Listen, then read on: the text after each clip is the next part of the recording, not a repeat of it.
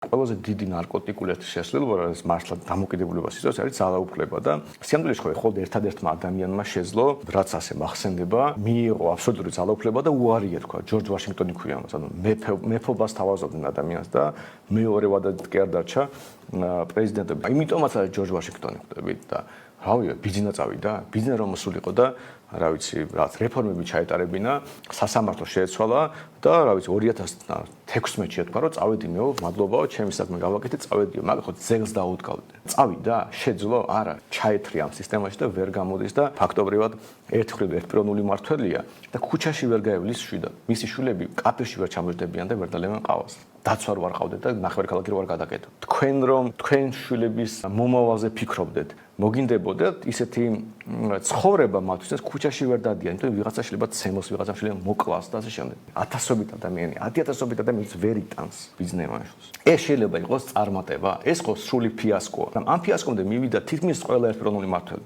მათი აბსოლუტური უმრავლესობა ვერც კი გადიოდა ქუჩაში. ამიტომაც არის რომ თქვენ არ უნდა ეძებდეთ კარგ მმართველს. თქვენი ამოცანაა რომ არ ყავდეთ მმართველი. თქვენ არ ჭირდებათ კარგად მომუშავე ეროვნული ბანკი, თქვენ ჭირდებათ ეროვნული ბანკის გაუქმება. თქვენ არ ჭირდებათ კარგად მომუშავე განათლების სამინისტრო, განათლების სამინისტროს გაუქმება. თქვენ არ ჭირდებათ მაღალი გადასახადები, თქვენ დაბალი გადასახადები. თქვენ არ ჭირდებათ სოფლის მეურნეობის სამინისტრო, თქვენ ჭირდებათ ამ სამინისტროს გაუქმება.